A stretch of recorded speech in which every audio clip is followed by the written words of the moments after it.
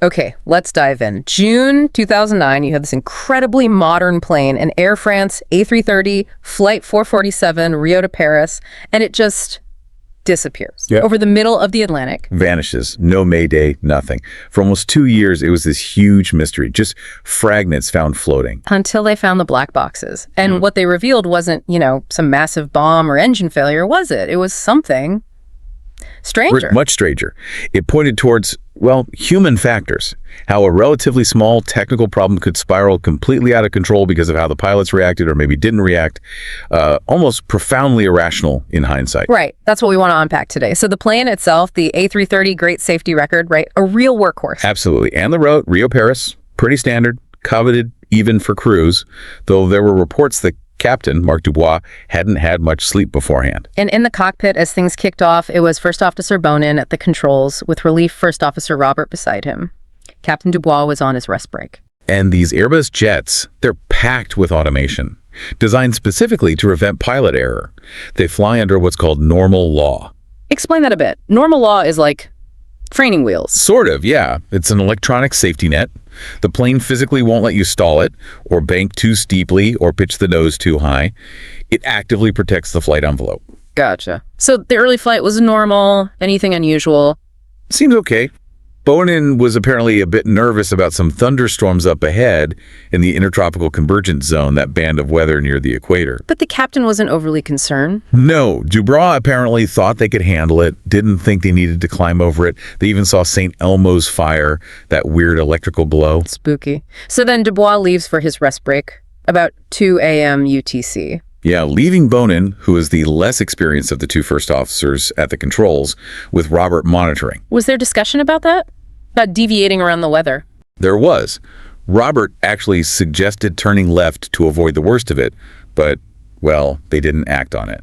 A small decision, but maybe significant later. Okay, so then comes the trigger. What actually started the chain reaction? Ice crystals. Tiny, high-altitude ice crystals that you can't really see on radar. They flew into a cloud of them. And these crystals clogged the pitot tube. Exactly, all three of them. Pitot tubes are basically probes that measure ram air pressure, which the plane uses to calculate its airspeed. Think of them like the aircraft's speedometers. So if they get blocked by ice, the plane loses its ability to know how fast it's going, the airspeed readings become unreliable or just stop altogether, and that's precisely what happened. Okay, so 2.0 a.m., no reliable airspeed. What happens next? Bang. Autopilot disconnects, loud cavalry charge sound. Then the auto thrust, which controls engine power automatically, shuts off too. Because the plane doesn't trust the speed data anymore. Correct. And crucially, because it lost that valid airspeed data, it dropped out of normal law. The safety net. The safety net vanished. It reverted to alternate law 2B, which basically means those critical protections against stalling, against pitching up too high, they were suddenly gone. The pilots were flying manually without the usual safeguards. And Bonin's immediate reaction, as soon as the autopilot clicked off. Instinctively, maybe startled, he pulled back hard on his side stick. The plane's nose pitched up sharply. Pulling back makes the plane climb, right? Yes, increases the angle of attack. And almost immediately, the stall warning horn blared. Stall. Stall. Yeah. But only for about 3 seconds initially. Okay, wait. A stall warning? That's serious, especially at high altitude. Extremely serious. The air is thin up there. The margin between flying speed and stall speed is much narrower. Pulling back aggressively is exactly what you don't want to do if you suspect unreliable airspeed at cruise altitude. Did they react to the warning? Robert actually said something like, "So we've lost the speeds," and mentioned the stall warning. But Bonin seemed to dismiss it. Maybe because the airspeed indicator itself was fluctuating wildly, unreliable. He was focused on the wrong thing. So he keeps pulling back. He maintains that nose-up input. The plane climbs steeply up towards 38,000 feet. But because the nose is so high, it's acting like an air brake. Their actual speed is dropping. Fast. Alarmingly fast. And Robert sees this. Robert is warning him about the speed, urging him to watch it. But of course the displays are useless. Then Bonin says something confusing, like he's trying to descend, but he's still pulling back, still climbing. He even reduces thrust for a moment. Wait, reduces thrust while climbing and losing speed? Yeah, it shows a complete disconnect. He thinks he's doing one thing, but his inputs are achieving the opposite. The lack of reliable airspeed is causing chaos in their perception. And then the stall warning comes back on. Yes. And this time, it stays on. Stall. Stop. Stall. Stall. Continuously for the rest of the flight. The angle of attack is way too high. The wings aren't generating enough lift. They are actually stalling, falling. They are in a deep aerodynamic stall. But Bonin, incredibly, seems unable to process it. He's asking why they're descending when the engines are at full power, TGA thrust, and the nose is pointing up. He says, I don't have control of the plane at all. It's like the basic physics of flight just weren't clicking for him in that moment. It really seems that way. Maybe his training, so focused on automated flight in normal law, hadn't equipped him to recognize or handle a full stall manually at high altitude. The cockpit sounds must have been awful. Alarms, the stall warning. Chaos. Total confusion. Robert's trying to figure things out, asking Bonin what he's doing. Bonin bizarrely says he thinks their speed is crazy fast, the complete opposite of reality. And it's into this scene that Captain Dubois returns. Yeah, imagine walking back into that. Alarms blaring, the plane in an unusual attitude, his first officer sounding panicked. He has to figure out what's going on instantly. Does he get it straight away? No, not immediately. The first officers are telling him they've lost control, they've tried everything, which the black box data later showed wasn't true. Bonin hadn't pushed the nose down, which is the primary stall recovery action. Bonin's still pulling back? Intermittently, yes. But crucially, never holding the nose down consistently. He even complains about his displays not working, says he has no vertical speed indication, which also wasn't true. The instruments were working, the data from the PITOS wasn't reliable. The stress is just overwhelming their ability to think clearly. Absolutely. Sensory overload, conflicting information, fear. It's a recipe for a cognitive breakdown. Their mental picture of the situation was completely detached from reality. So the final moments, what happens? This agonizing confusion, more garbled talk, conflicting inputs on the controls because the side sticks aren't linked. Dubois doesn't necessarily feel Bonin still pulling back. Oh, that's a key detail about the Airbus side stick. A huge detail. Yeah. Eventually, Dubois does realize. He shouts, no, no, no, don't climb, go down. But it's way, way too late. They're falling fast. And then the ground proximity warning. Yeah, the GPWS starts yelling, pulley P, utterly futile. They were already stalled, falling from over 35,000 feet.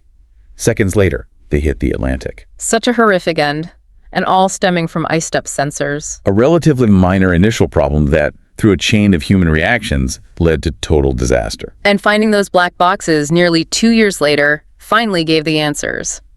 The data showed Bonin's persistent nose-up commands. Unequivocally. Which brings us back to that core question, why? How does a trained commercial pilot make that kind of fundamental error? You mentioned the difference in experience between Dubois and Bonin. Right. Dubois had a background in smaller planes, lots of hands-on flying. Bonin came up mostly through the Airbus system, highly automated. He likely just didn't have the same ingrained, intuitive feel for flight dynamics outside the normal automated envelope. Less seat-of-the-pants flying experience. Exactly. His experience hand-flying in a degraded mode like alternate law, especially at high altitude, was probably very limited. The automation he was used to wasn't just assisting, it was fundamentally defining his experience of flying. And the training itself had gaps. Big gaps, it turned out. Air France, like many airlines then, didn't specifically train for high-altitude stall recovery in simulators. The scenarios didn't replicate a fully developed stall like this. Because in normal law, the plane just wouldn't let it happen. Precisely. They trained to avoid stalls because the system normally prevented them. So when the system protection disappeared, pilots weren't necessarily equipped to recognize or recover, especially from a deep stall at altitude where recovery is much harder than down low. Could Bonin have initially thought they were descending because of the weird readings when the PITOS iced up? Very likely. The initial indicated drop in altitude and vertical speed, though temporary and erroneous, might have convinced him he needed to pull up urgently. A wrong initial assumption fed by bad data. And maybe he was worried about overspeeding.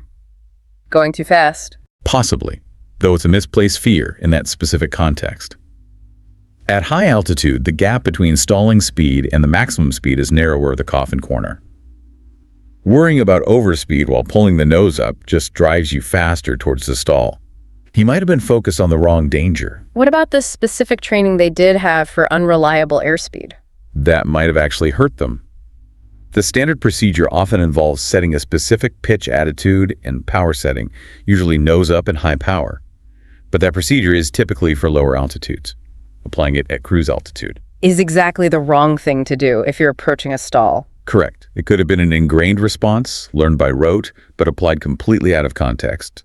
deadly. Which still leaves the mystery of ignoring that continuous stall warning. In that chaos, multiple alarms, the sheer stress, it might have just become background noise, information overload.